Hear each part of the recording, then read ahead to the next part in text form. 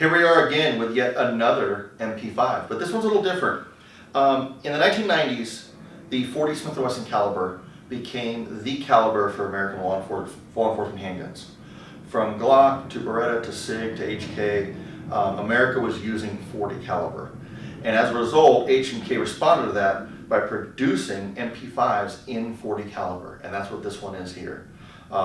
It's your standard MP5. This one here is a little bit different trigger pack. It is safe, semi, burst, and auto. So this one's what we call four-way.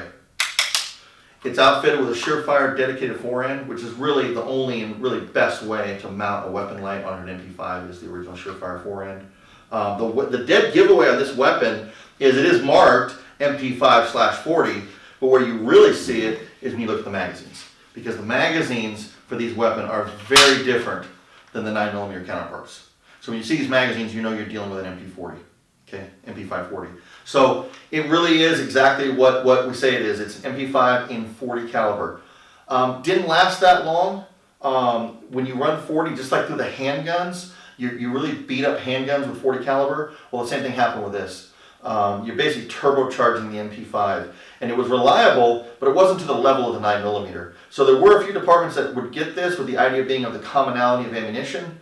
But in the end, many departments switched back to 9mm because reliability and durability was better, and that's more important than commonality between their handguns. So it wasn't uncommon to see .40 caliber pistols issued with 9mm MP5s in service as well.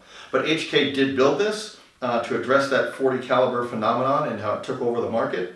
And Arms Unlimited is lucky enough to have one of those here as a gun, as a sample, and yet another very unique gun at Arms Unlimited.